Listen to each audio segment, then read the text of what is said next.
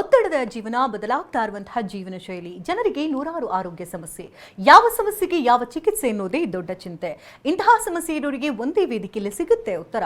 ಇದೇ ಜೀವನ ವಿಶೇಷ ಕಾರ್ಯಕ್ರಮ ನಿಮ್ಮ ಡಾಕ್ಟರ್. ಬದಲಾಗ್ತಾ ಇರುವಂತಹ ಋತುಮಾನಗಳಲ್ಲಿ ಅನೇಕ ರೀತಿಯ ಆರೋಗ್ಯ ಸಮಸ್ಯೆಗಳನ್ನ ಪ್ರತಿಯೊಬ್ಬರು ಕೂಡ ಎದುರಿಸಬೇಕಾಗುತ್ತೆ. ಅದರಲ್ಲೂ ಸೋರಿಯಾಸಿಸ್ ಹಾಗೂ ಸ್ಕಿನ್ ಪ್ರಾಬ್ಲಮ್ಸ್ಗಳು ಎಲ್ಲ ಋತುಮಾನದಲ್ಲೂ ಕೂಡ ಕಾಣಿಸ್ಕೊಳ್ಳುತ್ತೆ.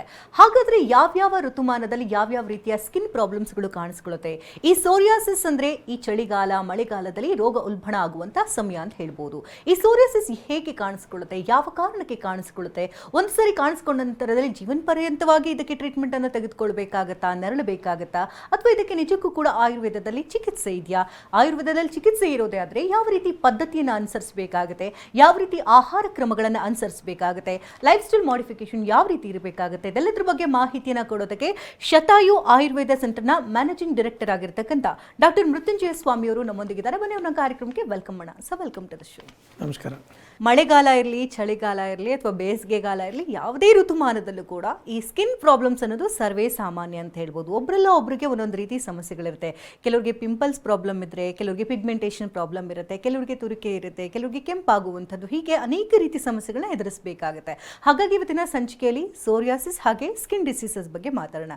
ಸೊ ಈ ಬಗ್ಗೆ ಒಂದಷ್ಟು ಮಾಹಿತಿಯನ್ನು ತಿಳಿಸ್ಕೊಡಿ ಮಕ್ಕಳಿಗೆ. ಸೋರಿಯಾಸಿಸ್ ಬಗ್ಗೆ ಫಸ್ಟ್ ಆಗಿ ಏನು ತಿಳ್ಕೊಬೇಕು ಅಂದರೆ, ಇದು ಯಾವ ಥರ ಕಾಯಿಲೆ, ಇದನ್ನು ನಾವು ಆಟೋ ಇಮ್ಯೂನ್ ಡಿಸೀಸ್ ಅಂತ ಹೇಳ್ತೀವಿ. ಅಂದರೆ ನಿಮ್ಮದು ಯಾವಾಗ ಇಮ್ಯುನಿಟಿ ವೇರಿಯೇಷನ್ ಆಗುತ್ತೆ ಆವಾಗ ಸೋರಿಯಾಸಿಸು ಫ್ಲೇರ್ ಅಪ್ ಆಗುತ್ತೆ, ಅಂದರೆ ಇನ್ಕ್ರೀಸ್ ಆಗ್ತಾ ಹೋಗುತ್ತೆ.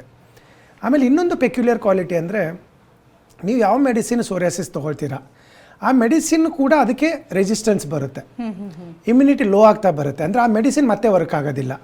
ಸೊ ಅದಕ್ಕೆ ಸೋರಿಯಾಸಿಸ್ ಟ್ರೀಟ್ಮೆಂಟ್ ಕೊಡೋ ಡಾಕ್ಟ್ರಿಗೂ ಕೂಡ ತುಂಬಾ ಇಂಪಾರ್ಟೆಂಟು. ಯಾಕಂದರೆ ಅವರು ಯಾವ ಮೆಡಿಸಿನ್ನ ಅದಕ್ಕೆ ರೆಸಿಸ್ಟೆನ್ಸ್ ಬರ್ತಾ ಇದೆ, ಯಾವ ಏಜ್ ಅವರಿಗಿದೆ, ಯಾವ ಥರ ಬಂದಿದೆ ಅವರಿಗೆ, ಅದನ್ನೆಲ್ಲ ಕಂಡುಹಿಡಿಲಿಲ್ಲ ಅಂತಂದರೆ ಸೋರಿಯಾಸಿಸ್ ವಾಸಿ ಮಾಡೋಕ್ಕಾಗೋದಿಲ್ಲ. ಆಮೇಲೆ ಒಂದು ತಿಳ್ಕೊಬೇಕು, because it's auto immune disease, ಒಂದು ಸರಿ ಸೋರಿಯಾಸಿಸ್ ಬಂತು ಅಂದರೆ ಲೈಫ್ ಲಾಂಗು ಅದು ನಿಮ್ಮ ಜೊತೆನೇ ಇರುತ್ತೆ. ಬಟ್ ನಾವು ಶತಾಯುನಲ್ಲಿ 120 ವರ್ಷದಿಂದ ಈ ಸೋರಿಯಾಸಿಸ್ನ ಟ್ರೀಟ್ಮೆಂಟ್ ಕೊಡ್ತಾ ಇದ್ದೀವಿ ತುಂಬ ಜನಕ್ಕೆ. ಈಗ ನಾನು 25 ವರ್ಷದಿಂದ ಆಯುರ್ವೇದ ಪ್ರಾಕ್ಟೀಸ್ ಮಾಡ್ತಾ ಇದ್ದೀನಿ. ಒಬ್ಬರು 25 ವರ್ಷ ಹಿಂದೆ ಸೋರಿಯಾಸಿಸ್ ಟ್ರೀಟ್ಮೆಂಟ್ಗೆ ಅಂತ ಬಂದಿದ್ದರು. ಅವರಿಗೆ ಜಸ್ಟ್ ನಾವು ಕೊಟ್ಟಿರೋ ಟ್ರೀಟ್ಮೆಂಟು ಅರೌಂಡ್ 6 to 9 ಮಂತ್ಸ್ವರೆಗೆ ಮಾತ್ರ. ಈಗ ಆಲ್ಮೋಸ್ಟ್ 23 ಇಯರ್ಸ್ ಮೇಲೆ ಆಯಿತು, ಅವ್ರಿಗೆ ಇವತ್ತಿನವರೆಗೆ ಸೋರಿಯಾಸಿಸ್ ಸಿಂಪ್ಟಮ್ ಕಂಡುಕೊಂಡಿಲ್ಲ. ಅದನ್ನೇ ಹೇಳ್ತೀನಿ ನಾನು ಯಾವಾಗೂ, ಸೋರಿಯಾಸಿಸ್ ಟ್ರೀಟ್ಮೆಂಟ್ ತೊಗೊಂಡವರು ವಾಸಿ ಆದ ತಕ್ಷಣ ಅದು ಆಯಿತು ಅಂತ ಸಡನ್ನಾಗಿ ಸ್ಟಾಪ್ ಮಾಡೋದಾಗಲಿ ನೆಗ್ಲೆಕ್ಟ್ ಮಾಡಬಾರ್ದು, ಅದನ್ನು ಮೇಂಟೈನ್ ಮಾಡ್ಕೊಂಬರಬೇಕು. ಯಾಕೆ ಆವಾಗಿಂದ ಹೇಳ್ತಾ ಇದ್ದೀನಿ ನಾನು, ಇಟ್ಸ್ ಆಟೋ ಇಮ್ಯೂನ್ ಡಿಸೀಸ್. ನಿಮ್ಮದು ಇಮ್ಯುನಿಟಿ ಯಾವಾಗ ವೇರಿಯೇಷನ್ ಆಗುತ್ತೆ ಆವಾಗ ಸೋರಿಯಾಸಿಸ್ ಮತ್ತೆ ಕಾಣ್ಕೊಳ್ಳುತ್ತೆ. ಸೊ ಅದನ್ನು ಕಂಪ್ಲೀಟಾಗಿ ಸಪ್ರೆಸ್ ಮಾಡಬೇಕು ಅಂದರೆ ಅದಕ್ಕೆ ಒಳ್ಳೆ ಟ್ರೀಟ್ಮೆಂಟ್ ಇದೆ. ಯಾಕೆ ನಾವು ಆಯುರ್ವೇದದಲ್ಲಿ 18 ಥರ ಚರ್ಮ ರೋಗ ಹೇಳ್ತೀವಿ, ಅದರಲ್ಲಿ ಇದು ನಮ್ಮದು ಸೋರಿಯಾಸಿಸ್ ಕೂಡ ಒಂದು. ಸೊ ಅದರಲ್ಲಿ 18 ಥರದಲ್ಲಿ ಇದು ಒಂದು ಪೆಕ್ಯುಲಿಯರ್ ಆಗಿರೋದ್ರಿಂದ ಇದು ಯಾವ ಥರ ಇದೆ, ಯಾವ ಏಜ್ ಅವರಿಗೆ ಹೇಗೆ ಬಂತು, ಅವ್ರದ್ದು ಲೈಫ್ ಸ್ಟೈಲ್ ಹೇಗಿದೆ, ಅವ್ರದ್ದು ಡಯಟ್ ಹೇಗಿದೆ, ಅದ್ರ ಮೇಲೆ ಇದ್ರ ಟ್ರೀಟ್ಮೆಂಟ್ಸ್ ಡಿಪೆಂಡ್ ಆಗುತ್ತೆ. ಸೊ ಹಾಗಾಗಿ ಸೋರಿಯಾಸಿಸ್ ಬಂದರೆ ಹೆದರ್ಕೊಳ್ಳೋದು ಬೇಕಾಗಿಲ್ಲ. ತಾವು ನೋಡಿರ್ಬೋದು, ತುಂಬ ಕಡೆ ಹೋಗ್ತಾರೆ, ತುಂಬ ಆಯಿಲ್ಸು, ಕ್ರೀಮ್ಸು ಎಲ್ಲ ಯೂಸ್ ಮಾಡಿರ್ತಾರೆ, ಅಂದರೂ ಕೂಡ ಕಡಿಮೆ ಆಗಲ್ಲ. ಎಷ್ಟೊಂದು ಜನ ಈಗ ಅವೈಲೇಬಲ್ ಟ್ರೀಟ್ಮೆಂಟ್ ಇರೋದೇ ಸ್ಟೀರಾಯ್ಡ್ಸು. ಸ್ಟೀರಾಯ್ಡ್ಸ್ ಕೊಟ್ಟು ಕೂಡ ಅದನ್ನು ಟ್ರೀಟ್ಮೆಂಟ್ ಮಾಡ್ಕೊಂಡಿರೋರು ಇದ್ದಾರೆ. ಸ್ಟೀರಾಯ್ಡಲ್ಲಿ ಇನ್ನೊಂದು ಏನಾಗುತ್ತೆ ಅಂದರೆ, again it will suppress the immunity. So ಮತ್ತೆ ಸ್ಟೀರಾಯ್ಡಲ್ ಎಫೆಕ್ಟ್ ಕಡಿಮೆ ಆಗ್ತಾ ಇದ್ದಂಗೆ ಇನ್ನೂ ಜಾಸ್ತಿ ಆಗುತ್ತೆ ಸೋರಿಯಾಸಿಸು.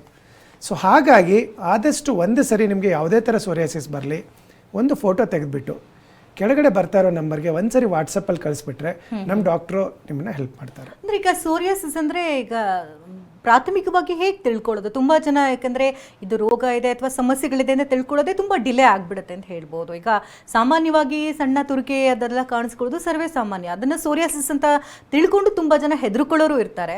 ಜೊತೆಗೆ ಇದನ್ನು ಡಾಕ್ಟರ್ ಹತ್ರ ಹೋಗಿ ತೋರಿಸ್ಕೊಳ್ಬೇಕಾ ಒಂದು ರೀತಿ ಮಾನಸಿಕವಾಗಿ ವ್ಯಥೆ ಪಡ್ತಿರ್ತಾರೆ ತುಂಬ ಜನ. ಹೇಗೆ ಡಯಾಗ್ನೋಸ್ ಮಾಡೋದು? ಮೆಜಾರಿಟಿ ಜನಕ್ಕೆ ಸೋರಿಯಾಸಿಸ್ ಶುರು ಆಗೋದು ತಲೆಯಿಂದ. ಅದನ್ನು ಸ್ಕ್ಯಾಲ್ಪ್ ಸೋರಿಯಾಸಿಸ್ ಅಂತ ಹೇಳ್ತೀವಿ ನಾವು. ತುಂಬ ಜನ ಏನು ಅನ್ಕೊಳ್ತಾರೆ, ತಲೆ ಹೊಟ್ಟಿದೆ ನನಗೆ ಅಂತ ಮಾತ್ರ. ಸೊ ಅದನ್ನು ಹಾಗೆ ನೆಗ್ಲೆಕ್ಟ್ ಮಾಡ್ಕೊಂಡು ಬರ್ತಾರೆ. ಅಲ್ಲಿ ಏನಾಗುತ್ತೆ, ತಲೆ ಹೊಟ್ಟಿರೋದು ಸ್ವಲ್ಪ ದಪ್ಪ ಥಿಕ್ ಒಂದು ಸ್ಕೇಲಿಂಗ್ ಆಗೋಕ್ಕೆ ಶುರು ಆಗುತ್ತೆ, ಥಿಕ್ ಚರ್ಮ ಥರ ಬೆಳ್ಕೊಂಡಿರುತ್ತೆ. ಆವಾಗ ಸಡನ್ನಾಗಿ ಪ್ಯಾನಿಕ್ ಆಗಿಬಿಟ್ಟು ಡಾಕ್ಟರ್ ಹತ್ರ ಹೋಗ್ತಾರೆ, ಇಲ್ಲ ನಿಮಗೆ ಸ್ಕ್ಯಾಲ್ಪ್ ಸೋರಿಯಾಸಿಸ್ ಆಗಿದೆ ಅಂತ ಟ್ರೀಟ್ಮೆಂಟ್ ಶುರು ಮಾಡ್ತಾರೆ. ಅದು ಬರೀ ಸ್ಕ್ಯಾಲ್ಪಿಂದ ಶುರು ಆಗಿರುತ್ತೆ ಹೊರತಾಗಿ ಬಾಡಿನಲ್ಲಿ ಕೂಡ ಹರಡ್ತಾ ಇರುತ್ತೆ. ಸೊ ಹಾಗಾಗಿ ಇವನ್ ತಲೆ ಹೊಟ್ಟು ಕೂಡ ಬರ್ತಾ ಇದ್ರೆ ಅದೊಂದು 2 to 3 ಮಂತ್ಸಲ್ಲಿ ಕಡಿಮೆ ಆಗಿಲ್ಲ ಅಂದರೆ ನೆಗ್ಲೆಕ್ಟ್ ಮಾಡಬಾರ್ದು. ಇಮಿಡಿಯೇಟಾಗಿ ತೋರಿಸ್ಬಿಟ್ಟು ಒಂದ್ಸರಿ whether it's a psoriasis or not ಒಂದ್ಸರಿ ತಿಳ್ಕೊಂಡ್ರೆ ಒಳ್ಳೆಯದು. ಯಾಕಂದರೆ ಸೋರಿಯಾಸಿಸಲ್ಲಿ ಒಂದು ಪೆಕ್ಯುಲಿಯರ್ ಕ್ವಾಲಿಟಿ ಏನು ಅಂದರೆ, ಚರ್ಮದಲ್ಲಿ ಈ ಪದರು ಥರ ಉದುರ್ತಾ ಇರುತ್ತೆ. ನೀವು ಎಷ್ಟೇ ಇದು ಮಾಡಿ ಮತ್ತೆ ಬೆಳೆಯುತ್ತೆ ಉದುರುತ್ತೆ, ಮತ್ತೆ ಬೆಳೆಯುತ್ತೆ ಉದುರುತ್ತೆ. ಯಾಕಂದ್ರೆ ಅಲ್ಲಿ ಅದನ್ನು ನಾವು irresponsible behaviour of the cells ಅಂತ ಹೇಳ್ತೀವಿ. ಅವು unnatural behaviour of the cells. ಅವು ನಾರ್ಮಲ್ ಆಗಿ 21 ಡೇಸ್ಗೆ ಒಂದೊಂದು ಲೇಯರ್ ನಮ್ಮ ಬಾಡಿದು ಹೋಗ್ತಾ ಇರುತ್ತೆ. ಅದು 21 ಡೇಸ್ ಅಲ್ಲ, ಅಲ್ಲಿ ಎವ್ರಿ ಮಿನಿಟಲ್ಲಿ ಅದು ಹೊಸ ಪದರನ ಡೆವಲಪ್ ಮಾಡ್ತಾ ಇರುತ್ತೆ. ಅದು ಒಂಥರ ಪೆಕ್ಯುಲಿಯರ್ ಕ್ವಾಲಿಟಿ ಅದ್ರದ್ದು, ಆ ಸೆಲ್ಸ್ದು. ಆ ಕ್ವಾಲಿಟಿನ ಕಡಿಮೆ ಮಾಡಿದರೆ ಮಾತ್ರ ಸೋರಿಯಾಸಿಸ್ ಕಡಿಮೆ ಆಗುತ್ತೆ. ಸೊ ತುಂಬ ಜನ ನೋಡ್ತೀವಿ ಆಯಿಂಟ್ಮೆಂಟ್ಸ್ ಯೂಸ್ ಮಾಡೋದು, ಕ್ರೀಮ್ಸ್ ಯೂಸ್ ಮಾಡೋದು, ಕೆಲವೊಂದು ಅಪ್ಲಿಕೇಶನ್ ಜಾಸ್ತಿ ಮೊರೆ ಹೋಗಿ ತುಂಬ ಜಾಸ್ತಿ ಯೂಸ್ ಮಾಡ್ತಾರೆ. ಅದರಲ್ಲೂ ಸ್ಟೀರಾಯ್ಡಲ್ ಪ್ರಿಪ್ರೇಷನ್ ಯೂಸ್ ಮಾಡಿದಾಗೆ ಅಲ್ಲಿ ಇನ್ನೂ ಇಮ್ಯುನಿಟಿ ಡೆವಲಪ್ ಆಗಿಬಿಟ್ಟು ಇನ್ನೇ ಅದು ಜಾಸ್ತಿ ಇನ್ಕ್ರೀಸ್ ಆಗುತ್ತೆ, ಸೋರಿಯಾಸಿಸ್ ಹೊರತಾಗಿ ಕಡಿಮೆ ಆಗಲ್ಲ. Okay okay. ಇನ್ನು ಯಾವ್ಯಾವ ರೀತಿ ಸೋರಿಯಾಸಿಸ್ಗಳಿದೆ? ಯೂಶಲಿ ಸ್ಕ್ಯಾಲ್ಪ್ದೊಂದು ಈಸಿಯಾಗಿ ಐಡೆಂಟಿಫೈ ಮಾಡ್ಬೋದು, ಅದನ್ನು ನಾವು ಸ್ಕ್ಯಾಲ್ಪ್ ಸೋರಿಯಾಸಿಸ್ ಹೇಳ್ತೀವಿ. ಅದು ಬಿಟ್ಟರೆ ಯೂಶಲಿ ಜಾಯಿಂಟ್ಸಲ್ಲಿ ಅದು ಕಾಮನ್ ಆಗಿ ಬರುತ್ತೆ. ಅದರಲ್ಲೂ ಎಕ್ಸಿಮಾಗೂ ಸೋರಿಯಾಸಿಸ್ಗೂ ಇರೋ ಡಿಫ್ರೆನ್ಸ್ ಏನು ಅಂದರೆ, ಎಕ್ಸಿಮಾ ಜಾಯಿಂಟ್ಸ್ದು ಒಳಗಡೆ ಸೈಡ್ ಬರುತ್ತೆ, ಸೋರಿಯಾಸಿಸು ಜಾಯಿಂಟ್ಸ್ದು ಹೊರಗಡೆ ಇರುತ್ತೆ. So that is a one peculiar quality of ಇದು. ಜೊತೆಗೆ ಹೊಟ್ಟೆ ಸುತ್ತಲೂ ಕೆಲವೊಂದು, ಆಮೇಲೆ ಎಲ್ಲೆಲ್ಲಿ ನಮ್ಗೆ ಸ್ವೆಟ್ಟಿಂಗ್ ಪಾಯಿಂಟ್ಸ್ ಇದೆ ಅಲ್ಲೆಲ್ಲ ಜಾಸ್ತಿ, ಎಲ್ಲೆಲ್ಲಿ ಫಂಗಲ್ ಇನ್ಫೆಕ್ಷನ್ ಬರುತ್ತೆ ಅಲ್ಲೆಲ್ಲ ಕೂಡ ಜಾಸ್ತಿ ಇದು ನಮ್ಮದು ಸೋರಿಯಾಸಿಸ್ ಬರುತ್ತೆ. ತುಂಬ ಜನ ಏನು ಮಾಡ್ತಾರೆ, ಇದು ಫಂಗಲ್ ಇನ್ಫೆಕ್ಷನ್ ಅಂತ ಅಲ್ಲೂ ಕೂಡ ನೆಗ್ಲೆಕ್ಟ್ ಮಾಡ್ತಾರೆ. ಅಲ್ಲೂ ಕೂಡ ಕೆಲವೊಂದು ಟ್ರಾಪಿಕಲ್ ಕ್ರೀಮ್ಸು ಎಲ್ಲ ಯೂಸ್ ಮಾಡಿಬಿಟ್ಟು ಇನ್ಸ್ಟಂಟಾಗಿ ಕಡಿಮೆ ಆಯಿತು ಅಂತ ಬಿಡ್ತಾರೆ. ಬಟ್ ಅದು ಜಾಸ್ತಿ ಫ್ಲೇರಪ್ ಆಗ್ತಾ ಹೋಗುತ್ತೆ. ಸೊ ಆದಷ್ಟು ಯಾವುದೇ ಥರ ಸೋರಿಯಾಸಿಸ್ ಬರಲಿ, ಅದರಲ್ಲೂ ಚಳಿಗಾಲದಲ್ಲಿ ಬಂದ್ರಂತೂ 100% ಎಲ್ರಿಗೂ ಐಡೆಂಟಿಫೈ ಆಗುತ್ತೆ, ಎಸ್ ನನಗೆ ಯಾವುದೋ ಒಂಥರ ಅಂದರೆ ಅನ್ಯಾಚುರಲ್ ಆಗಿರ್ತಕ್ಕಂಥ ಸ್ಕಿನ್ ಡಿಸೀಸ್ ಇದೆ ಅಂತ. ಒಂದು ಸರಿ ಹತ್ತಿರ ಇರೋ ಡಾಕ್ಟರ್ ಹತ್ರ ತೋರಿಸ್ಬಿಟ್ಟು ಸೋರಿಯಾಸಿಸ್ ಇದೆಯಲ್ಲ ಅಂತ ತಿಳ್ಕೊಳ್ಳೋದು ಒಳ್ಳೆಯದು. ಯಾಕೆ ಬೇರೆ ಚರ್ಮ ರೋಗಗಳು ಬೇಗ ವಾಸಿ ಆಗ್ತವೆ, ಸೋರಿಯಾಸಿಸ್ ಮಾತ್ರ ಹಾಗಲ್ಲ. ಅದು ಲೈಫ್ ಲಾಂಗ್ ನಮ್ಮ ಜೊತೆಗಿರುತ್ತೆ. ಆಮೇಲೆ ಕೆಲವೊಬ್ರು ಅಂದ್ಕೊಳ್ತಾರೆ, ಈಗ ನನಗೆ ಬಂದಿದೆ ಅದು ಮಕ್ಕಳಿಗೂ ಬರುತ್ತೆ ಅಂತ, ಒಬ್ಬರಿಂದ ಇನ್ನೊಬ್ರಿಗೆ ಹರಡುತ್ತೆ ಅಂತ. ಸೋರಿಯಾಸಿಸ್ ಮಾತ್ರ ಒಬ್ಬರಿಂದ ಇನ್ನೊಬ್ರಿಗೆ ಬರೋದಿಲ್ಲ. ಅವ್ರು ಯೂಸ್ ಮಾಡಿರೋ ಬಟ್ಟೆ ಯೂಸ್ ಮಾಡಿದರೆ, ಟವಲ್ ಯೂಸ್ ಮಾಡಿದರೆ, ಸೋಪ್ ಯೂಸ್ ಮಾಡಿದರೆ ಇನ್ನೊಬ್ರಿಗೆ ಬರೋದಿಲ್ಲ. ಸೊ ಹಾಗಾಗಿ ಹೆದರ್ಕೊಳ್ಳೋದು ಬೇಕಾಗಿಲ್ಲ. ಬಟ್ ಅದು ಕರೆಕ್ಟಾಗಿ ಟ್ರೀಟ್ಮೆಂಟ್ ತೊಗೊಂಡು ಅಂದರೆ ಕಂಪ್ಲೀಟಾಗಿ ಗುಣಪಡಿಸ್ಕೋಬೋದು. ಇಂಥ ನಿರ್ದಿಷ್ಟ ಕಾರಣಗಳಿಂದನೇ ಬರುತ್ತೆ ಅಥವಾ ಇಂಥ ಕಾರಣಗಳಿಂದಲೇ ಟ್ರಿಗರ್ ಆಗುತ್ತೆ. ತುಂಬ ಜನ ಹೇಳ್ತಿರ್ತಾರೆ, ಈ ರೀತಿ ಶಾಂಪೂ ಯೂಸ್ ಮಾಡಿಬಿಟ್ಟೆ ಹಾಗಾಗಿ ಈ ರೀತಿ ಸ್ಟಾರ್ಟ್ ಆಯಿತು ಸ್ಕಾಲ್ಪ್ ಸೋರಿಯಾಸಿಸ್ ಅಂತ ಹೇಳ್ತಾರೆ. ಇನ್ನು ತುಂಬ ಜನ ಯಾವುದೋ ಒಂದು ಕ್ರೀಮ್ ಯೂಸ್ ಮಾಡಿದೆ, ಅದಾದ ನಂತರದಲ್ಲಿ ಸ್ವಲ್ಪ ದಿನ ಹಚ್ಚಿ ಬಿಟ್ಟಾದ್ಮೇಲೆ ಈ ರೀತಿ ಆಯಿತು ಅಂತ ಹೇಳ್ತಾರೆ. ಇದು ನಿಜನಾ ಅಥವಾ ಬೇರೆ ಆಹಾರಗಳ ಸೇವನೆಯಿಂದನೂ ಕೂಡ ಈ ರೀತಿ ಸೈಡ್ ಎಫೆಕ್ಟ್ಸ್ ಆಯಿತು ಅಂತ ಹೇಳ್ತಾರೆ? ಇಲ್ಲ, ಫಸ್ಟ್ ನಾವು ಸೋರಿಯಾಸಿಸ್ ಯಾಕೆ ಬರುತ್ತೆ ಅಂತ ತಿಳ್ಕೊಬೇಕಾದ್ರೆ ಆಯುರ್ವೇದದಲ್ಲಿ ನಾವು ವಿರುದ್ಧ ಆಹಾರ ಅಂತ ಹೇಳ್ತೀವಿ. ಕೆಲವೊಂದು ಆಹಾರಗಳು ಕೆಲವೊಂದ್ರ ಜೊತೆ ತಿನ್ನೋಂಗಿಲ್ಲ. ಈಗ ಸ್ವೀಟು ಖಾರ ಒಂದೇ ಜೊತೆಗೆ ತಿನ್ನೋಂಗಿಲ್ಲ. ಓಕೆ, ಅದೇ ಥರ ಹಾಲು ನಾನ್ ವೆಜ್ಜು ಅಥವಾ ಹಾಲಿನ ಪದಾರ್ಥಗಳು ನಾನ್ ವೆಜ್ಜು, ಫಿಶ್ ಇರ್ಬೋದು, ಅದಕ್ಕೆಲ್ಲ ಮೊಸರಲ್ಲಿ ಮ್ಯಾರಿನೇಟ್ ಮಾಡ್ತಾರೆ ಅಥವಾ ಹಾಲಲ್ಲಿ ಕುಕ್ ಮಾಡ್ತಾರೆ. ಅಂಥದ್ದೆಲ್ಲ ಮಾಡಿದಾಗ ಅದನ್ನು ವಿರುದ್ಧ ಆಹಾರ ಅಂತ ಹೇಳ್ತೀವಿ. ಹಾಗೆ ಈಗ ಜೇನುತುಪ್ಪ, ತುಪ್ಪ ಎರಡು ಈಕ್ವಲ್ ಕ್ವಾಂಟಿಟಿಯಲ್ಲಿ ಆಯಿತು ಅಂತಂದರೆ ಇಟ್ ಬಿಕಮ್ಸ್ ಪಾಯ್ಸನಸ್. ಅದೇ ಥರ ಈ ಕಾಂಬಿನೇಷನ್ಸ್ ಏನಿದೆ, ಈಗ ಹುಳಿ ಪದಾರ್ಥ ಸ್ವೀಟ್ ಪದಾರ್ಥ ಜೊತೆಗೆ ತಿನ್ನಬಾರ್ದು. ಬಟ್ ನಾವೇನು ಮಾಡ್ತೀವಿ, ನೋಯಿಂಗ್ಲಿ ತುಂಬಾ ಅದು ರಿಪೀಟೆಡ್ಲಿ ತಿಂತಾ ಇರ್ತೀವಿ. ಅಲ್ಲೇನಾಗುತ್ತೆ, ಬ್ಲಡ್ ಇಂಪ್ಯೂರಿಟಿ ಶುರು ಆಗುತ್ತೆ.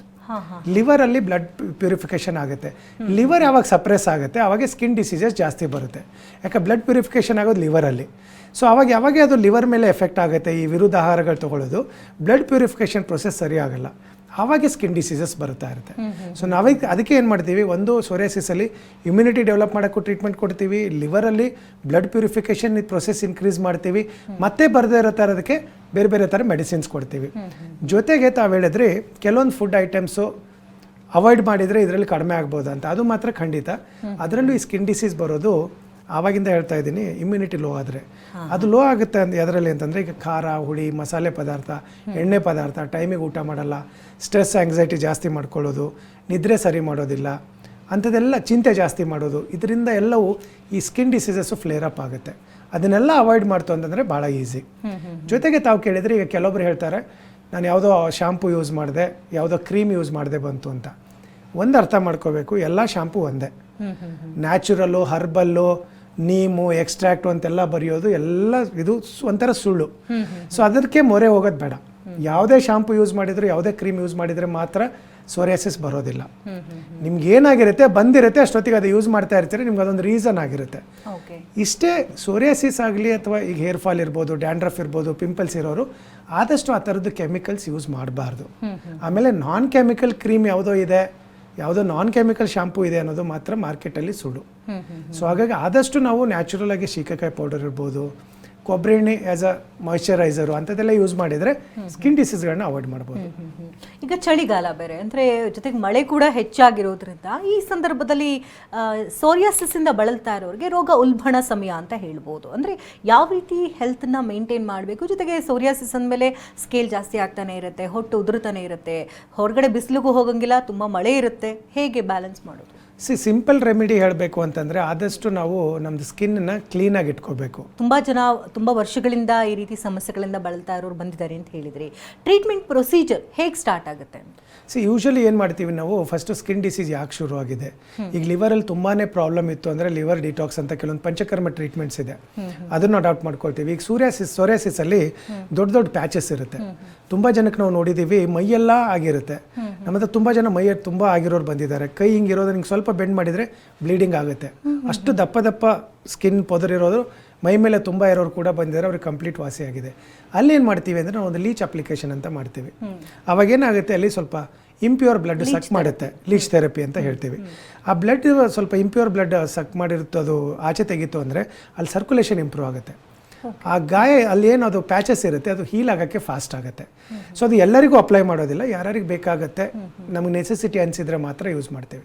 18 ಥರದ ಸ್ಕಿನ್ ಪ್ರಾಬ್ಲಮ್ಸ್ಗಳಿದೆ ಆಯುರ್ವೇದದಲ್ಲಿ, ಅದನ್ನು ಕಂಡು ಹಿಡ್ತಿದ್ದೀವಿ, ಅದಕ್ಕೆಲ್ಲ ಟ್ರೀಟ್ಮೆಂಟ್ ಕೊಡಲಾಗುತ್ತೆ ಅಂತ. ಈಗ ನಾವು ಸಾಮಾನ್ಯವಾಗಿ ನೋಡಿರ್ತೀವಿ ತುಂಬ ಜನರಿಗೆ ಫೇಸ್ ರ್ಯಾಷಸ್ ಆಗ್ತಾ ಇರುತ್ತೆ, ಪಿಂಪಲ್ಸ್ ಆಗ್ತಾ ಇರುತ್ತೆ, ಪಿಗ್ಮೆಂಟೇಷನ್ ಇರುತ್ತೆ, ಡಾರ್ಕ್ ಸರ್ಕಲ್ ಇರುತ್ತೆ. ಇದಕ್ಕಾಗಿ ಈಗ ನಾನಾ ರೀತಿಯ ಟ್ರೀಟ್ಮೆಂಟ್ಗಳು ಬಂದುಬಿಟ್ಟಿದೆ ಇತ್ತೀಚಿನ ದಿನಗಳಲ್ಲಿ. ಬೊಟಾಕ್ಸ್ ಅದು ಇದು ಅಂತೆಲ್ಲ ತುಂಬ ದುಂದು ವೆಚ್ಚ ಮಾಡಬೇಕಾಗುತ್ತೆ. ಆ ಟ್ರೀಟ್ಮೆಂಟ್ ಕೇವಲ ತಾತ್ಕಾಲಿಕ ಅಂತ ಹೇಳ್ಬೋದು. 1-2-3 ತಿಂಗಳು ಚೆನ್ನಾಗಿರುತ್ತೆ, ತದನಂತರದಲ್ಲಿ ಮತ್ತೆ ಅಗೇನ್ ವಾಪಸ್ ದುಡ್ಡು ಸುರಿಬೇಕಾಗುತ್ತೆ, ಮತ್ತೆ ಅಷ್ಟು ಹಣವನ್ನು ವ್ಯಯ ಮಾಡಬೇಕಾಗುತ್ತೆ. ಜೊತೆಗೆ ಆರೋಗ್ಯ ದೃಷ್ಟಿಯಿಂದ ನೋಡಿದ್ರೂ ಕೂಡ ಅದು ಸೇಫ್ ಅಲ್ಲ ಅಂತ ಹೇಳ್ಬೋದು. ಇನ್ನು ಆಯುರ್ವೇದದಲ್ಲಿ ಬರೋದಾದರೆ ಹೇಗೆ ಟ್ರೀಟ್ಮೆಂಟನ್ನು ನೀವು ಕೊಡ್ತೀರಾ, ಜೊತೆಗೆ ಇಂತಹ ಸಮಸ್ಯೆಗಳಿದೆ ಅಂತ ಹೇಗೆ ಕಂಡುಹಿಡಿತೀರಿ, ಹೇಗೆ ಡಯಾಗ್ನೋಸ್ ಮಾಡ್ತೀರಾ? ಫಸ್ಟ್ ನಿಮಗೆ ಯಾಕೆ ಬಂತು, ಬೇರೆಯವ್ರಿಗೆ ಯಾಕೆ ಬರ್ತಾ ಇಲ್ಲ, ನಿಮಗೆ ಮಾತ್ರ ಯಾಕೆ ಬರ್ತಾ ಇರೋದು ಅಂತ first we identify cause of this particular disease. ಆ ಕಾಸ್ ಕಂಡುಹಿಡಿತು ಅಂತಂದರೆ ಅದನ್ನು ರಿಮೂವ್ ಮಾಡೋದು ಈಸಿ. ಈಗೇನಾಗುತ್ತೆ, ಕಾರಲ್ಲಿ ಏನೋ ಸೌಂಡ್ ಬರ್ತಾ ಇದೆ ಅಂತ ಹೇಳ್ಬಿಟ್ಟು ಅಥವಾ ಮೈಲೇಜ್ ಕೊಡ್ತಾ ಇಲ್ಲ ಅಂತ ಬರೀ ಕಾರ್ ವಾಶ್ ಮಾಡಿಕೊಂಡು ಅದಕ್ಕೆ ಸ್ಕ್ರೂ ನಟ್ಟು ಎಲ್ಲ ಟೈಟ್ ಮಾಡಿದ್ರೆ ಏನು ಯೂಸು? ಫಿಲ್ಟರ್ ಕ್ಲೀನ್ ಮಾಡಿದರೆ ಮಾತ್ರ ಸರಿ ಹೋಗುತ್ತೆ. ಅದೇ ಥರ ಬಾಡಿನಲ್ಲಿ ಫಸ್ಟು ಎಲ್ಲಿಂದ ಸ್ಕಿನ್ ಡಿಸೀಸ್ ಶುರು ಆಗ್ತಾ ಇದೆ ಆ ರೂಟ್ ಕಾಸ್ ನಾವು ಕಂಡುಹಿಡಿದೇನೆ ಟ್ರೀಟ್ಮೆಂಟ್ ಕೊಡೋಕ್ಕಾಗೋದಿಲ್ಲ. ಅದು ಕಂಡುಹಿಡಿದ್ಬಿಟ್ರೆ ಇದನ್ನು ರಿವರ್ಸ್ ಮಾಡೋದು ಭಾಳ ಈಸಿ. ಅದಕ್ಕೆ ಇತ್ತೀಚಿನ ದಿನಗಳಲ್ಲಿ ನೋಡೋದಾದರೆ ಅಂದರೆ ಮಾರ್ಕೆಟ್ನಲ್ಲಿ ತುಂಬಾ ವೆರೈಟಿ ಟ್ರೀಟ್ಮೆಂಟ್ಸ್ಗಳಿದೆ ಅಂತ ಹೇಳ್ಬೋದು. ಸೋರಿಯಾಸಿಸ್ಗೆ ಸಂಬಂಧಪಟ್ಟಂತೆ ಯಾವ್ಯಾವ ರೀತಿ ಟ್ರೀಟ್ಮೆಂಟ್ ಅದು, ಜೊತೆಗೆ ಅದು ಯಾವ ರೀತಿ ಇದಕ್ಕಿಂತ ವಿಭಿನ್ನವಾಗಿದೆ ಅಂತೆ? ಸೋರಿಯಾಸಿಸ್ ಬಂದಿರೋರಿಗೆ ಗೊತ್ತು ಅದು ಎಷ್ಟು ಥರ ಪ್ರಾಬ್ಲಮ್ ಇರುತ್ತೆ, ಯಾವ ಥರ ಕ್ರಿಯೇಟ್ ಮಾಡುತ್ತೆ ಅಂತ. ಈಗ ಎಕ್ಸಿಸ್ಟಿಂಗ್ ಅವೈಲೇಬಲ್ ಟ್ರೀಟ್ಮೆಂಟಲ್ಲಿರೋದು ತುಂಬ ಜನ ಸ್ಟೀರಾಯ್ಡ್ಸ್ ಯೂಸ್ ಮಾಡೋದಾಗಲಿ, ಸ್ಟೀರಾಯ್ಡಲ್ ಟ್ರಾಪಿಕಲ್ ಪ್ರಿಪರೇಷನ್ ಅಂತ ಹೇಳ್ತೀವಿ, ಅಂದರೆ ಎಕ್ಸ್ಟರ್ನಲ್ ಅಪ್ಲಿಕೇಶನ್ಗೆ ಸ್ಟೀರಾಯ್ಡಲ್ ಆಯಿಂಟ್ಮೆಂಟ್ಸು ಕ್ರೀಮ್ಸು ಎಲ್ಲ ಬರುತ್ತೆ. ಅದನ್ನೆಲ್ಲ ಯೂಸ್ ಮಾಡಿದರೂ ಕೂಡ ಅದು ಕಡಿಮೆ ಆಗ್ತಾ ಇರಲ್ಲ. ಯಾಕಂದರೆ ಆವಾಗ ಹೇಳಿದೆ ನಾನು, ಆ ಸೆಲ್ಸ್ ಇಮ್ಯುನಿಟಿ ಬರ್ತಾ ಹೋಗುತ್ತೆ. ಸೊ ಏನೇ ಮೆಡಿಸಿನ್ ಯೂಸ್ ಮಾಡಿದರೂ ಅದು ಮತ್ತೆ ಅದಕ್ಕೆ ಇಮ್ಯುನಿಟಿ ಬಂದುಬಿಟ್ಟು ಆ ಮೆಡಿಸಿನ್ ವರ್ಕ್ ಆಗೋದಿಲ್ಲ. ಅದಕ್ಕೆ ಅಂತಲೇ ಈಗ ಹೊಸದಾಗಿ ಏನು ಟ್ರೀಟ್ಮೆಂಟ್ ಅವೈಲೇಬಲ್ ಇದೆ ರೈಟ್ ನಾವು ಮಾರ್ಕೆಟಲ್ಲಿ, ವಿಚ್ ಇಸ್ ವೆರಿ ಎಕ್ಸ್ಪೆನ್ಸಿವ್ ಅಂತಂದರೆ, ಇಮ್ಯುನಿಟಿ ಬೂಸ್ಟಪ್ ಮಾಡೋಕ್ಕೇ ಇಂಜೆಕ್ಷನ್ಸ್ ಕೊಡ್ತಾರೆ. Around 3 months once 6 months once ಅಂತ. ಸೊ ಅದು ಒಂದು 3 months ನಿಮಗೆ ಸ್ಕಿನ್ ಇದು ಕಾಣೋದಿಲ್ಲ, ಪ್ಯಾಚಸ್ಸು. ಮತ್ತೆ ಒಂದು ಇಂಜೆಕ್ಷನ್ ತೊಗೋಬೇಕು, ಮತ್ತೆ ಒಂದು 3 months ಹೋಗ್ಬಿಡುತ್ತೆ. ಆ ಥರ ಟ್ರೀಟ್ಮೆಂಟ್ ಇದೆ. ಬಟ್ ಅದರದ್ದು ಸೈಡ್ ಎಫೆಕ್ಟ್ಸ್ ತುಂಬಾ ಸ್ಟ್ರಾಂಗ್ ಆಗಿದೆ. ಅದರಿಂದ ಬೇರೆ ಬೇರೆ ಕಾಯಿಲೆಗಳು ಬಾಡಿನಲ್ಲಿ ಬರ್ತಾ ಇದೆ. ಅದನ್ನು ಕೂಡ ಸೇಫ್ ಆಗಿಲ್ಲ. ಈಗ ನಾವು ಶತಾಯುನಲ್ಲಿ ಏನು ಮಾಡ್ತೀವಿ ಅಂದರೆ, ಮೇನಾಗಿ ಡಿಟಾಕ್ಸ್ ಮಾಡಿಬಿಟ್ಟು ಲಿವರ್ ಡಿಟಾಕ್ಸ್ ಮಾಡಿದ ಮೇಲೆ ಆ ಲಿವರಲ್ಲಿ ಆಗ್ತಕ್ಕಂಥ ಬ್ಲಡ್ ಪ್ಯೂರಿಫಿಕೇಷನ್ ಪ್ರೊಸೆಸ್ ಏನಿದೆ, ಒಂದ್ಸರಿ ಅದು ಎಸ್ಟಾಬ್ಲಿಷ್ ಮಾಡಿಬಿಡ್ತು ಅಂತಂದರೆ not only psoriasis, fungal infection ಇರ್ಬೋದು, ಅಲರ್ಜಿಕ್ ರ್ಯಾಷಸ್ ಇರ್ಬೋದು, ಪಿಂಪಲ್ಸು, ಸ್ಕಿನ್ ಇದು ಪಿಗ್ಮೆಂಟೇಷನ್ ಇರ್ಬೋದು, ಎಲ್ಲವೂ ಕೂಡ ಕಡಿಮೆ ಆಗ್ತಾ ಬರುತ್ತೆ. ಬಾಡಿನಲ್ಲಿರ್ತಕ್ಕಂಥ any related to blood skin related diseases ಕಂಪ್ಲೀಟಾಗಿ ಗುಣ ಆಗ್ತಾ ಬರುತ್ತೆ. ಸೊ ಅಷ್ಟು ಎಫೆಕ್ಟಿವ್ ಆಗಿ ಟ್ರೀಟ್ಮೆಂಟ್ ಇರೋದ್ರಿಂದ ಯಾವುದೇ ಅನ್ಯಾಚುರಲ್ ಟ್ರೀಟ್ಮೆಂಟು ಟ್ರೈ ಮಾಡೋದು ಬೇಕಾಗಿಲ್ಲ. ಇಲ್ಲಿ ತುಂಬ ಸೇಫ್ ಆಗಿ ನ್ಯಾಚುರಲ್ಲು, ಯಾವುದೇ ಥರ ಸೈಡ್ ಎಫೆಕ್ಟ್ಸ್ ಇಲ್ಲ. ಪ್ಲಸ್ ಬಂದು ಉಳ್ಕೊಂಡು ಟ್ರೀಟ್ಮೆಂಟ್ ತೊಗೊಂಡ್ರೆ ಆಲ್ಮೋಸ್ಟ್ ಫ್ರೀ ಟ್ರೀಟ್ಮೆಂಟ್ ಆಗುತ್ತೆ, ಯಾಕಂದರೆ ಹೆಲ್ತ್ ಇನ್ಶೂರೆನ್ಸ್ ಕವರೇಜ್ ಕೂಡ ಇದೆ. ಇನ್ನು ಪಿಂಪಲ್ಸ್ಗೆ ಅಂತ ಹೇಳಿದ್ರಿ, ಯೂತ್ಸಲ್ಲಿ ತುಂಬ ವೆರಿ ಕಾಮನ್ ಅಂತ ಹೇಳ್ಬೋದು. ಜೊತೆಗೆ ಹಾರ್ಮೋನಲ್ ಇಂಬ್ಯಾಲೆನ್ಸಿಂದನೂ ಕೂಡ ಈ ಸಮಸ್ಯೆಗಳಾಗುತ್ತೆ. ಅಂದರೆ ಎಷ್ಟು ದಿನಗಳ ಕಾಲ ಟ್ರೀಟ್ಮೆಂಟ್ ಇದು, ಹೇಗೆ ಅಂತ? ಪಿಂಪಲ್ಸ್ಗೆ ನಾನು ಯಾವಾಗಲೂ ಹೇಳೋದು ಒಂದೇ, ಅದರಲ್ಲೂ ಎಸ್ಪೆಷಲಿ ಲೇಡೀಸ್ಗೆ. ಪಿಂಪಲ್ಸ್ ಬರೋದು ಆಯಿಲಿ ಸ್ಕಿನ್ ಇದ್ದರೆ ಮಾತ್ರ. ಆಯಿಲಿ ಸ್ಕಿನ್ ಇಲ್ಲ ಅಂದರೆ ಯಾರಿಗೂ ಯಾವತ್ತೂ ಬರೋದಿಲ್ಲ. ಅದರಲ್ಲೂ ಏನು ಮಾಡ್ತಾರೆ, I don't know what is that fears ಸೈಕೋಸಿಸ್ ಅಥವಾ ಅದು ಏನು ಕಾನ್ಷಿಯಸ್ ಅಂತ ಗೊತ್ತಿಲ್ಲ, ಬ್ಯೂಟಿ ಕಾನ್ಷಿಯಸ್ಸು. ಎಷ್ಟೇ ಪಿಂಪಲ್ಸ್ ಇರಲಿ ಕ್ರೀಮ್ಸ್ ಯೂಸ್ ಮಾಡೇ ಮಾಡ್ತಾರೆ. That is the biggest enemy number 1 for pimples. ಯಾವತ್ತೂ ಮಾಡೋಂಗಿಲ್ಲ. ಎರಡನೇದು, ಆಯಿಲಿ ಸ್ಕಿನ್ನಿಂದ ಬರ್ತಾ ಇರೋದ್ರಿಂದ ಆಯಿಲಿ ಸ್ಕಿನ್ ಆಗದೇ ಇರೋ ಥರ ನೋಡ್ಕೋಬೇಕು ಅಂದರೆ ಸ್ನಾನ ಬಿಟ್ಟು ದಿನಕ್ಕೆ ಮಿನಿಮಮ್ 4 to 5 ಟೈಮ್ಸ್ ಸೋಪ್ ಹಾಕಿ ಮುಖ ತೊಳ್ಕೊಬೇಕು. ಯಾವುದೋ ಕ್ರೀಮು ಆಯಿಲು ಅಂಥದ್ದೆಲ್ಲ ಅಲ್ಲ, ಫೇಸ್ ವಾಶ್ ಅಲ್ಲ, ಸೋಪ್ ಹಾಕಿಬಿಟ್ಟು ಎಷ್ಟು ನೀವು ಫೇಸ್ ಡ್ರೈ ಇಡ್ತೀರಾ ಅಷ್ಟು ಯಾವತ್ತೂ ಪಿಂಪಲ್ಸ್ ಬರೋದಿಲ್ಲ. ತುಂಬ ಜನ ಈಗ ಹೊರಗಡೆ ಹೋಗಿ ಫೇಶಿಯಲ್ ಮಾಡಿಸೋದು, ಮಸಾಜಸ್ ತೊಗೊಳ್ಳೋದು ಇದೆಲ್ಲ ಮಾಡ್ತಾ ಇರ್ತಾರೆ. ಅಂದರೆ ಆ ಹೊರಗಿನ ಫೇಶಿಯಲ್ಸ್ಗಳಿಗೂ ಜೊತೆಗೆ ಆಯುರ್ವೇದದಲ್ಲಿ ಕೊಡುವಂತಹ ಫೇಶಿಯಲ್ ಮಸಾಜಸ್ಗಳಾಗಿರ್ಬೋದು, ಯಾವ ರೀತಿ ಡಿಫ್ರೆನ್ಸ್ ಇರುತ್ತೆ, ಹೇಗೆ ಟ್ರೀಟ್ಮೆಂಟ್ ಸ್ಟಾರ್ಟ್ ಆಗುತ್ತೆ ನಿಮ್ಮದರಲ್ಲಿ? ಫೇಶಿಯಲ್ಲು ಎಲ್ಲರೂ ಅನ್ಕೊಂಡಿದ್ದಾರೆ ಈಗ ಮಾತ್ರ ಬ್ಯೂಟಿ ಪಾರ್ಲರ್ ಶುರು ಆಗಿದೆ ಅಂತ. ಹಳೆ ಕಾಲದಲ್ಲಿ ರಾಣಿ ಮಹಾರಾಣಿಯರು ಇರ್ತಿದ್ರಲ್ಲ, ಅವರೆಲ್ಲ ಫೇಶಿಯಲ್ ಮಾಡ್ಕೊಳ್ತಿದ್ರು. ಅವಾಗ ಆಯುರ್ವೇದದನ್ನೇ ಯೂಸ್ ಮಾಡ್ತಿದ್ರು. ಆಯುರ್ವೇದದಲ್ಲಿ ಫೇಶಿಯಲ್ ಇರುತ್ತೆ ಕಂಪಲ್ಸರಿ. ಫೇಸ್ ಟ್ರೀಟ್ಮೆಂಟ್ ಅಂತಾನೆ ಆಯುರ್ವೇದದಲ್ಲಿ ಇದೆ, ಅದರಲ್ಲೂ ಫೇಶಿಯಲ್ ಕೂಡ. ಈಗ ಸ್ಯಾಂಡಲ್ ಪೌಡರ್ಸ್ ಎಲ್ಲ ಇವ್ರು ಯೂಸ್ ಮಾಡ್ತಾರೆ, ಬಟ್ ಅವರು original sandal oils, sandal powder, creams ಎಲ್ಲ ಯೂಸ್ ಮಾಡ್ತಿದ್ರು. ಪ್ಲಸ್ ನಮ್ಮಲ್ಲಿ ಕುಂಕುಮಾದಿ ತೈಲ ಅಂತಿದೆ, ಅದರಲ್ಲಿ ಕೇಸರ ಇದೆಲ್ಲ ಹಾಕಿರ್ತಾರೆ. ಅದೆಲ್ಲ ಮಾಡೋದ್ರಿಂದ ಆ್ಯಕ್ಚುಲಿ ಫೇಶಿಯಲ್ ಈಸ್ ಮಸ್ಟ್, ಪ್ರತಿಯೊಬ್ಬರು ಮಾಡ್ಕೋಬಹುದು. ಅವಾಗೆ ಸ್ಕಿನ್ ಬ್ಯೂಟಿನ, ಫೇಸ್ ಬ್ಯೂಟಿನ ಚೆನ್ನಾಗಿ ಮೇಂಟೈನ್ ಮಾಡ್ಬೋದು. ಆಯುರ್ವೇದದಲ್ಲಿ ಏನು ಅಂದರೆ ನಾವು ಯಾವತ್ತೂ ಕೆಮಿಕಲ್ಸ್ ಯೂಸ್ ಮಾಡೋದಿಲ್ಲ, ನ್ಯಾಚುರಲ್ ಹರ್ಬ್ಸು. ಯಾಕೆ ಒಬ್ಬೊಬ್ಬರು ಫೇಶಿಯಲು ಬೇರೆ ಬೇರೆ ಥರ ಇರುತ್ತೆ. ಈಗ ವಾತ ಪ್ರಕೃತಿ, ಕಫ ಪ್ರಕೃತಿ, ಪಿತ್ತ ಪ್ರಕೃತಿ, ಮೂವರಿಗೂ ಬೇರೆ ಬೇರೆ ಥರ ಫೇಶಿಯಲೇ ಯೂಸ್ ಮಾಡ್ತೀವಿ, ಎಲ್ಲರಿಗೂ ಒಂದೇ ಥರ ಮಾಡೋದಿಲ್ಲ. ಅದೇ ಥರ ಇವನ್ ಆಯಿಲ್ ಮಸಾಜ್ ಇರ್ಬೋದು, ಶಿರೋಧಾರ ಇರ್ಬೋದು, ಪಂಚಕರ್ಮ ಟ್ರೀಟ್ಮೆಂಟ್ಸು, ಪ್ರತಿಯೊಬ್ಬರಿಗೂ ಬೇರೆ ಬೇರೆ ಥರ ಇರುತ್ತೆ. ಇನ್ನು ಸೋರಿಯಾಸಿಸ್ಸಿಂದ ನೋಡೋದಾದರೆ ಅಂದರೆ ಜಾಯಿಂಟ್ಸ್ ಮೇಲೂ ಕೂಡ ಇದು ಪರಿಣಾಮವನ್ನು ಬೀರುತ್ತಾ? ಹೌದು. ಸೋರಿಯಾಸಿಸ್ಸು ನಾವು ಟ್ರೀಟ್ ಸರಿಯಾಗಿ ಮಾಡಲಿಲ್ಲ, ಹಾಗೆ ಬಿಟ್ವಿ ಅಂತಂದರೆ ಸೋರಿಯಾಟಿಕ್ ಆರ್ಥ್ರೈಟಿಸ್ ಅಂತ ಬರುತ್ತೆ. ಹೇಗೆ ಈಗ ನಮಗೆ ರೊಮೆಟಾಯ್ಡ್ ಆರ್ಥ್ರೈಟಿಸು, ಆಸ್ಟಿಯೋ ಆರ್ಥ್ರೈಟಿಸ್ ಇರುತ್ತೆ, ಅದೇ ಥರ ಸೋರಿಯಾಟಿಕ್ ಆರ್ಥ್ರೈಟಿಸ್ ಅಂತ ಹೇಳ್ತೀವಿ. ಅದು ಏನಾಗುತ್ತೆ, ಒಂದಷ್ಟು ವರ್ಷ ಆದಮೇಲೆ ನಿಮಗೆ ಕ್ರಾನಿಕ್ ಆಗಿ ಸೋರಿಯಾಸಿಸ್ ಇತ್ತು ಅಂತಂದರೆ it starts attacking on the ಜಾಯಿಂಟ್ಸಲ್ಲಿ ಸ್ವೆಲ್ಲಿಂಗ್ ಬರೋದು, ಡಿಫಾರ್ಮಿಟಿ ಬರೋದು, ಆ ಥರ ಎಲ್ಲ ಆಗುತ್ತೆ.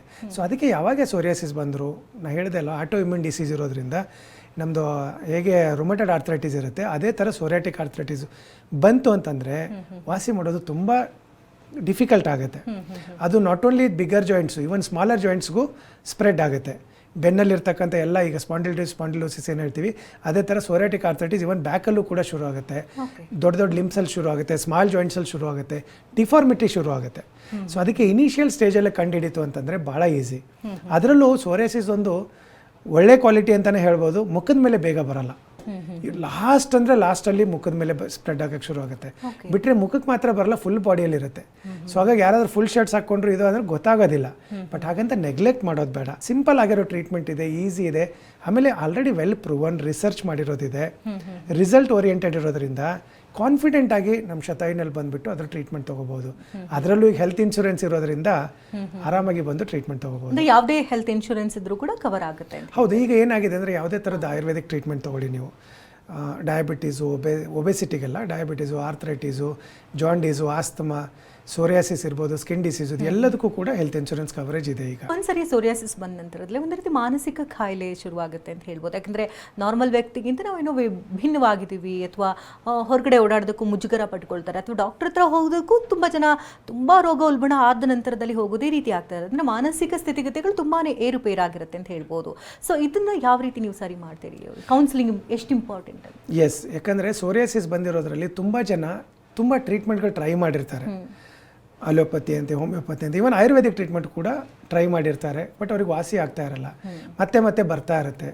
ಅವ್ರದ್ದು ಮೂಡ್ ಸ್ವಿಂಗ್ಸ್ ಆಗಲಿ, ಆಂಗ್ಸೈಟಿ, ಡಿಪ್ರೆಷನ್ನು ತುಂಬಾ ಜಾಸ್ತಿ ಇರುತ್ತೆ. ಏನು ಮಾಡಬೇಕು ಗೊತ್ತಾಗೋದಿಲ್ಲ, ಒಂಥರ ಯಾರಿಗೆ ಹೇಳ್ಕೊಳ್ಳೋಂಗಿಲ್ಲ, ಯಾರಿಗೆ ತೋರಿಸೋಂಗಿಲ್ಲ, ಯಾವ ಡಾಕ್ಟ್ರ್ ಹತ್ರ ಹೋದರೂ ವಾಸಿ ಆಗ್ತಾ ಇಲ್ಲ. ಈ ಥರ ತುಂಬಾ ಒಂಥರ ಸಂಕಟದಲ್ಲಿ ಇರ್ತಾರೆ ಈ ಸೋರಿಯಾಸಿಸ್ ಬಂತು ಅಂತಂದರೆ. ನಾವು ಶತಾಯಿನಲ್ಲಿ ಒಂದೇ ಒಂದು, ಯಾಕಂದರೆ 120 ವರ್ಷದಿಂದ ಈ ಸೋರಿಯಾಸಿಸ್ನ ನಾವು ಟ್ರೀಟ್ಮೆಂಟ್ ಕೊಡ್ತಾ ಇದ್ದೀವಿ. ಹಾಗಾಗಿ ಇಷ್ಟು ಕಾನ್ಫಿಡೆಂಟಾಗಿ ನಾವು ವಾಸಿ ಮಾಡ್ತಾ ಇರೋದ್ರಿಂದ ಕೆಳಗಡೆ ಬರ್ತಾ ಇರೋತಕ್ಕಂಥ ನಂಬರ್ಗೆ ಒಂದು ಯಾವುದಾದ್ರು ಫೋಟೋ ತೆಗೆದುಬಿಟ್ಟು ಈ ಥರ ಇದೆ, ನನಗೆ ಇಷ್ಟು ವರ್ಷದಿಂದ ಇದೆ, ಈ ಥರ ಟ್ರೀಟ್ಮೆಂಟ್ ತೊಗೊಳ್ತಾ ಇದ್ದೀನಿ ಅಂತ ಕಳಿಸಿದರೆ ಕೆಲವೊಂದು ಸರಿ ನಮ್ಮ ಹತ್ರ ಬರೋದು ಬೇಕಾಗಿಲ್ಲ. ವಿಡಿಯೋ ಕನ್ಸಲ್ಟೇಷನ್ ಅಥವಾ ಫೋನ್ ಕನ್ಸಲ್ಟೇಷನ್ ಮಾಡಿಬಿಟ್ಟು ಕೆಲವೊಂದು ಸರಿ ಮೆಡಿಸಿನ್ ಕೂಡ ಮನೆಗೆ ಕಳಿಸ್ತೀವಿ, ಅಥವಾ ಡಿಟಾಕ್ಸ್ ಕಿಟ್ ಕೂಡ ಕಳಿಸ್ತೀವಿ. ತುಂಬ ವರ್ಷದಿಂದ ಇತ್ತು, ಯಾವುದಕ್ಕೂ ಬಗ್ತಾ ಇಲ್ಲ ಅಂತಂದರೆ ಒಂದು ಸರಿ ನಮ್ಮ ಹತ್ರ ಬಂದು ಉಳ್ಕೊಂಡು ಟ್ರೀಟ್ಮೆಂಟ್ ತೊಗೊಂಡ್ಬಿಟ್ರೆ 100% ಕ್ಯೂರ್ ಆಗುತ್ತೆ. ಡಾಕ್ಟರ್, ಕಾರ್ಯಕ್ರಮಕ್ಕೆ ಆಗಮಿಸಿ ಸೋರಿಯಾಸಿಸ್ ಹಾಗೂ ಸ್ಕಿನ್ ಡಿಸೀಸ್ ಬಗ್ಗೆ ಸಾಕಷ್ಟು ಮಾಹಿತಿಯನ್ನು ತಿಳಿಸ್ಕೊಟ್ರಿ. ಧನ್ಯವಾದ ತಮಗೆ. ನಮಸ್ಕಾರ ವೀಕ್ಷಕರೇ, ಡಾಕ್ಟರ್ ಮೃತ್ಯುಂಜಯ ಸ್ವಾಮಿ ಅವ್ರನ್ನ ಭೇಟಿಯಾಗಬೇಕಂದ್ರೆ ಅಡ್ರೆಸ್ ಪ್ಲೇಟ್ ಈ ರೀತಿ ನೋಟ್ ಮಾಡ್ಕೊಳ್ಳಿ. Shatayu Ayurveda clinics, RT Nagar, JP Nagar, Indiranagar, HSR layout, Koramangala, Rajajinagar, Chandra layout, Banashankari, Yelahanka, Srigandha Kaval, white field, ಸಹಕಾರ ನಗರ, ರಾಜರಾಜೇಶ್ವರಿ ನಗರ, ಕಲ್ಯಾಣ ನಗರದಲ್ಲಿ ಬ್ರಾಂಚೆಸ್ಗಳಿವೆ. ಹಾಗೆ ಕಾಂಟ್ಯಾಕ್ಟ್ ನಂಬರ್ ಈ ರೀತಿ ಇದೆ: 9590484848 ಮತ್ತೊಂದು ಸಂಖ್ಯೆ 8884144466. ವೆಬ್ಸೈಟ್ ಅಡ್ರೆಸ್ ಈ ರೀತಿ ಇದೆ: www.shatayu.com ಗೆ ವಿಸಿಟ್ ಮಾಡಿದ್ರೆ ಹೆಚ್ಚಿನ ಡೀಟೇಲ್ಸ್ ಅನ್ನು ನೀವು ಪಡ್ಕೊಳ್ಬಹುದಾಗಿದೆ.